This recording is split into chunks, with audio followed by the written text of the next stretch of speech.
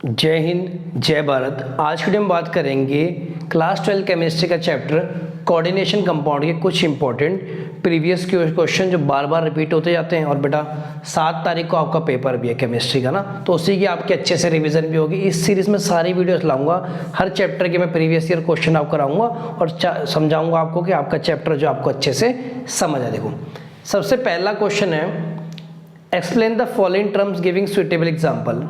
ए ambidentate ligand और B denticity ligand. Ambidentate ligand वो होता है a molecular ion which contain 2 donor atom but only one of them forms a coordinate. वो molecule, वो ion जिसमें कितने होंगे डोनर एटम, कितने होंगे 2, पर एक टाइम पे एक ही फंक्शनल होगा। बेटा मैंने अच्छे से लिख दिया है क्योंकि पेपर में आप कहते हैं सर लिख रही है नहीं पता कि लिखना कैसे, इसलिए मैं प्रॉपर आंसर लिख दिया है। जो क्वेश्चन का आंसर होगा ये देखो एग्जाम्पल में आपको बताओ। देखो CN की बात करो, अब चाहे CN भी होता है एक NC भी होता है। अगर देखो मेरा कार्बन डोनर है, कार्बन क्या है डोनर, तो डोनर का क्या काम होता है इलेक्ट्रॉन देना, जिस पे इलेक्ट्रॉन देगा नेगेटिव। देखो यहाँ पे N पे नेगेटिव, यहाँ कार्बन डोनर है।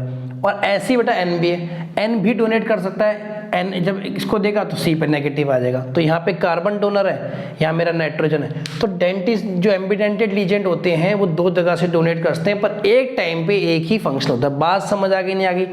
सेकेंड है बेटा मेरा कि डेंटिसिटी क्या होता है। डेंटिसिटी होता है नंबर ऑफ कोऑर्डिनेट फॉर्म्स, कितने कोऑर्डिनेट बॉन्ड बनाता है कोई भी मॉलिक्यूल। बात समझ आ गई? जैसे एग्जांपल आप सोचो, कोऑर्डिनेट बॉन्ड आपको ये पता होगा ना, कोऑर्डिनेट बॉन्ड तब बनता है जब कोई एटम जो है अपना पूरा का पूरा इलेक्ट्रॉन पेयर डोनेट कर देता है। अब आप देखो जैसे H2 है, यहाँ पे कितने इलेक्ट्रॉन पेयर इसके पास है, आपने कहा सर एक ही है, तो ये एक ही बनेगा भाई। डेंटिसिटी कितनी आएगी 1।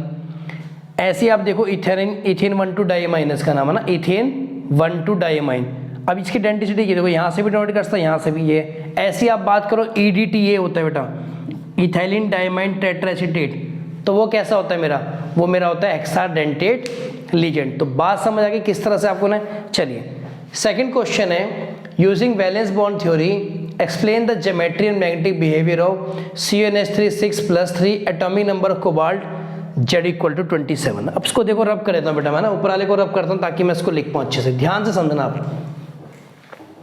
सबसे पहले आपने क्या करना होता है, यहाँ से कोबाल्ट की ऑक्सीडेशन स्टेट निकालो। कोबाल्ट को आप X मान लो, NH3 पे कौन सा चार्ज होता है 0 × 6 = +3, ये तो पता है, तो X = +3। तो कोबाल्ट की ऑक्सीडेशन स्टेट कितनी आ गई +3। ठीक है, कोबाल्ट का जनरली कॉन्फ़िगरेशन क्या होता है 3d7 4s2, यही होता है। +3 का मतलब क्या है, 3 इलेक्ट्रॉन उससे चले जाएंगे, और जब 3 इलेक्ट्रॉन चले जाएंगे तो S का खाली होगा, बच जाएगा 3d6 नहीं बचेगा, बचेगा 3d6। यहाँ तक बात समझ आ गई? अच्छा देखो, अब आपने देखो 3D बना लो, यहाँ पे देखो 3D बना लिया लो। D में कितने ऑर्बिटल आते हैं, 5 आते हैं। ठीक है, 3D के बाद क्या आता है 4s, और फिर क्या आता है 4p। बोलो यहाँ तक कोई दिक्कत क्या भाई? ये बना लिया मैंने 3D वाला, ये मैंने बना लिया 4s वाला, ये मैंने बना लिया 4p वाला। ठीक है, 3D में कितने आ रहे हैं मेरे 6। तो सबसे पहले सिंगल सिंगल बनेंगे, 1 2 3 4 5 और आगे लाएगा छठा। ठीक है, 4s में कितने आएंगे बेटा, देखो जब मैं लिखूंगा तो 4s में 0, यहाँ भी 0, यहाँ भी 0, यहाँ भी खाली रहेगा। ठीक है, अब एक बात सुनो, आप मुझे बताओ कि आपको कितने ऑर्बिटल्स एम्प्टी चाहिए। देखो जितने ऑर्बिटल, देखो यहाँ पे आपने देखना जितना कोऑर्डिनेशन नंबर होता है उतने ऑर्बिटल्स आपको एम्प्टी चाहिए होता है। दूसरी बात NH3 क्या है, NH3 मेरा एक स्ट्रॉन्ग फील्ड लीजेंड है। स्ट्रॉन्ग फील्ड लीजेंड वो लीजेंड होता है जो पेयरिंग कराता है। तो जब NH3 डालेंगे तो बेटा कुछ अगली देखो एक्साइटेड स्टेट में कुछ इस तरह से बनेंगे। ये क्या करेगा, इनकी 1 2 3 4 5 6, बोलो 4s और 4p। यहाँ तक कोई दिक्कत भाई? इसने पेयरिंग करा दी ना। NH3 एक स्ट्रॉन्ग फील्ड लीजेंड है बेटा, NH3 है, NO2 है, CN है, CO है, सारे स्ट्रॉन्ग फील्ड लीजेंड होते हैं। वो पेयरिंग करा देते हैं। पेयरिंग मतलब सबको इकट्ठा कर देंगे। तो देखो क्या हुआ कि ये वाला भी देखो, ये वाला इसके साथ आ गया, ये वाला इसके साथ आ गया। और देखो अच्छा हमें ऑर्बिटल्स कितने चाहिए, देखो जितना कोऑर्डिनेशन नंबर होगा लीजेंड के साथ, कितने चाहिए हमें 6। तो देखो 2 तो यहाँ से आ जाएंगे, तीसरा ये हो गया, चौथा, पांचवा, छठा। अब इसमें हमारे देखो कितने ऑर्बिटल लगे 6। 2 आ गए D के, देखो 1 और 1 2 D2, एक S का आया और P के 3 आ गए। तो क्या आ गया D2 sp3। ठीक है, हाइब्रिडाइजेशन क्या होगी आपकी, ऑक्टाहेड्रल। ठीक है भाई साहब। और क्या पूछा है, मैग्नेटिक बिहेवियर दो तरह से होता है बेटा, एक होता है पैरामैग्नेटिक और दूसरा होता है मेरा डायमैग्नेटिक। ठीक है, अब आप देखो क्या स्ट्रक्चर में कहीं पे भी आपको अनपेयर्ड इलेक्ट्रॉन दिख रहे हैं, ये भी पेयर्ड है, ये भी पेयर्ड है, ये भी पेयर्ड है, तो ये कैसा होगा मेरा डायमैग्नेटिक। नेक्स्ट है मेरा question number 3, among the following ion which one has the magnet highest magnetic moment, AsCrH2O6+3 FeS2C+2 Fe। ठीक है बेटा। अब देखो मैग्नेटिक मूवमेंट के लिए एक फॉर्मूला आता है, म्यू से नोट करते हैं √n(n+2), मेरे पीछे बोलो magnetic movement equal to √n(n+2). ठीक है, आप जानना चाहेंगे सर n क्या होता है, n होता है नंबर ऑफ अनपेयर्ड इलेक्ट्रॉन, कितने उसमें अनपेयर्ड इलेक्ट्रॉन बेटा है। अब जैसे मैंने पिछले वाला कन्फिग्रेशन कराया था मैंने आपको, जहाँ मैंने हाइब्रिडाइजेशन बताई थी, वहाँ पे आप निकाल के देख लोगे। अब आप देखोगे Cr+3, देखो एक बार एग्जांपल समझाता है, जैसे Cr+3 आएगी तो Cr+3 में बस Cr देखो कितना होता है, Cr होता है 3d5 4s1 और Cr+3 मतलब 3 चले गए तो 3d3। देखो ये आई कन्फिग्रेशन, ऐसी Fe+2 की आएगी 3d6, Zn+2 आएगी 3d10। अब 3d3 का मतलब कितने अनपेयर्ड इलेक्ट्रॉन आएंगे उसमें, बताओ मेरे, 3। 3d6 में कितने आएंगे, 4। देखो बेटा 3d6 का समझ नहीं आ रहा, देखो ना ऐसे होगा, 3d6 क्या होगा, 5 ऑर्बिटल बना लो ना, ये लो 1 2 3 4 5 6, तो ये 4 ही तो अनपेयर्ड आ रहे, ठीक है। Zn में देखो 3d10 में तो सारे भर जाएंगे। अब इसमें वैल्यू पुट करके देखेंगे तो सबसे ज़्यादा किस में आएगी बेटा, FeS2O6 में +2 में, तो इसका आंसर क्या आएगा, बी। बात समझ आ गई। क्वेश्चन नंबर 4 है, right the IUPAC name of the following coordination complexes. बड़ा इंपॉर्टेंट क्वेश्चन है, इसे नेमिंग भी कहते हैं। देखो ध्यान से सुनना, सबसे पहले समझो कि सबसे पहले बेटा नेमिंग दी जाएगी लीजेंड की। लीजेंड कौन, एक होता है सेंट्रल मेटल एटम जो अंदर होता है और बाकी क्या होता है लीजेंड। ठीक है, अच्छा अब NH3 का नाम क्या है, अमाइन। Cl का नाम क्या है, क्लोरिडो। दोबारा सुनो, Cl ब्रैकेट के अंदर होता है तो काम होता है क्लोरिडो, ब्रैकेट के बाहर होता है क्लोराइड। सवाल है इन दोनों में से किसका नाम पहले आएगा। अमाइन का देखो A से शुरू होता है, क्लोरिडो का C से, तो आएगा ट्राई अमाइन, लिख दिया। देखो ट्राई अमाइन लिखा, ठीक है। 3 क्लोरीन, ट्राई क्लोरिडो लिख दिया। क्रोमियम की ऑक्सीडेशन स्टेट निकालोगे तो X +0 × 3 -3 0 +3 आ गई, तो टेट्रामाइन ट्राइक्लोराइड क्रोमियम थर्ड आयन आ गया। ठीक है, नेक्स्ट पे चले। ठीक है, K3FeCN6, K मतलब क्या है, पोटेशियम, 6 मतलब क्या है, hexa, potassium hexacyano ferrate third. कोई दिक्कत, फेरेट बेटा ऐसे आया कि देखो आयंस की बात होगी ना, और थर्ड इसलिए आया कि देखो Cn पे कितना है, -1 × 6 +1 × 3 +X = 0, तो यहाँ से +3 आ गई, नहीं आ गई, तो इसका नाम। नेक्स्ट वाले का नाम देखना, Br ब्रैकेट के अंदर है, क्या नाम बनेगा, डाई है, 2 है ना, Br2 डाइब्रोमिडो। अच्छा En2 देखो, जो ये कंपाउंड होता है En2, इसका नाम होता है बिस इथेन 1,2 डायमाइन, और En3 का नाम क्या होता है, ट्रेस इथेन 1,2 डायमाइन। ठीक है, एक का नाम होता है बिस और एक का नाम होता है ट्रेस, तो अभी ये 2 वाला तो इसका नाम क्या, देखो डाइब्रोमिडो बिस ethane 1,2 diamine cobalt third ion. बात समझ आ गई। थर्ड कैसे आया बेटा, En देखो न्यूट्रल होता है, X -1 × 2, ब्रोमीन पे -1, X -1 × 2 = +1, X = 3 आ गया। बात समझ आ रही नहीं आ रही। नेक्स्ट क्वेश्चन है मेरा, what is mean by chalet effect, give an example. When a bidentate polydentate legend contain donor atom position in such a way that when they coordinate with the central metal ion, a 5 or 6 membered ring is formed. This effect is called chalet effect. देखो ये तो आपको वो answer लिख के आना जो आपको नंबर दिलाएगा, ऐसे ही फॉर्म में लिखना बेटा, जानबूझ के मैंने आंसर प्रॉपर लिख दिया कि आपके नंबर ना घटे। देखो कोई बाइडेंटल लीजेंट होता है जिसकी डेंटिसिटी 2 होती है, पोलेंटे मतलब 2 से ज़्यादा हो, तो जब दोनों एटम इस तरह पोजीशन होते हैं कि एक 6 मेंबर रिंग बन जाए, उससे क्या कहते हैं, चैलेट रिंग। बात समझ आएगी। अब देखो एग्जांपल देखो, PtCl2En है, देखो PtCl2 ऐसा लगा, En क्या मतलब बेटा, इथेन डायमाइन, तो देखो CH2NH2 CH2NH2 मैंने बना के भी दिखाया था, ये 5 या 6 मेंबर रिंग बन रही है, इससे कहते हैं हम चैलेट रिंग। सीधा आंसर पूछा है, कोई इसमें कोई लॉजिक नहीं है, कोई हार्ड एंड फास्ट रूल नहीं है। ठीक है, नेक्स्ट पे चलना जरा। NiCl4 dinegative is paramagnetic while NiCO4 diamagnetic, although दो बार, दोनों की शेप तो टेट्राहेड्रल आ रही है मेरे भाई, बट एक पैरामैग्नेटिक और एक डायमैग्नेटिक। अच्छा एक बात सुनो, जब भी कभी पैरामैग्नेटिक के बारे में पूछा जाएगा तो किस वजह से होगा, मेरा अनपेड इलेक्ट्रॉन की वजह से, और जब भी अगर मेरा डायमैग्नेटिक होगा तो पेयर्ड की वजह से होगा। अब आप एक देखो, ध्यान से देखना, ये Cl की बात करो, एक CO की बात करो, Cl है क्लोरीन और CO है कार्बोनिल ग्रुप। कार्बोनिल ग्रुप जो होता है स्ट्रॉन्ग फील्ड लीजेंट होता है, तो स्ट्रॉन्ग फील्ड लीजेंट क्या करता है, पेयरिंग कराता है, या जब कोई इलेक्ट्रॉन की पेयरिंग हो जाएगी तो अकेले रहेंगे नहीं, अकेले रहेंगे तो अनपेयर्ड रहेंगे नहीं, अनपेयर्ड नहीं होंगे तो क्या होगा, डायमैग्नेटिक। पर ये वीक फील्ड लीजेंट है, ये इनकी पेयरिंग नहीं करा पाता, जिसकी वजह से बनते पैरामैग्नेटिक। बात समझ आ गई। नेक्स्ट पे चले, क्वेश्चन नंबर 7 है, which of the following complex is more stable and why, CnH3 +3 और COEN3 +3। अब एक ध्यान से देखो बेटा, थोड़ा सा इसको रट भी लेना, अगर समझना है तो रट लेना भाई, पर पढ़ के जाना। देखो, जो ये CnH3 होता है, इसकी रिंग फॉर्मेशन टेंडेंसी नहीं होती। दोबारा, ये जो CnH3 होता है, इसकी रिंग फॉर्मेशन टेंडेंसी नहीं होती, बट जब तुम इथेन वाले ट्रिस इथेन की बात करते हो तो इसकी रिंग फॉर्मेशन टेंडेंसी होती है।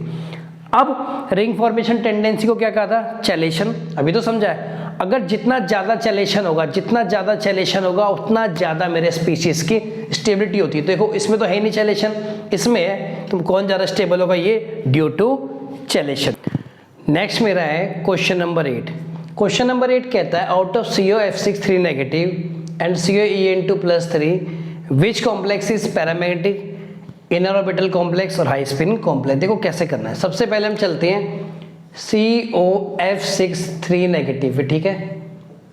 यहाँ ऑक्सीडेशन स्टेट निकालोगे, X -6 -3X आ गया +3, कोबाल्ट की आ गई +3, कोबाल्ट की +3 में ऑक्सीडेशन स्टेट में बन जाती है हमारी कन्फिग्रेशन 3D6, है ना, क्योंकि नॉर्मल कोबाल्ट की होती है। देखो नॉर्मल कोबाल्ट की होगी 3D7 4s2, +3 का मतलब 3 इलेक्ट्रॉन चले गए ना। हाँ, अब देखो बेटा, यहाँ आप लिख दो 3D बना लो, ये लो 5 ऑर्बिटल, यहाँ बना लो 4s, यहाँ बना लो 4p, ठीक है। अब 3D में डालना 6, 1 2 3 4 5 6, ये खाली है। देखो अब एक बात ध्यान से सुनो भाई, ये 3D है, 4s है, ये 4p है और ये 4d है। 1 2 3 4 5, ये क्या है 4d।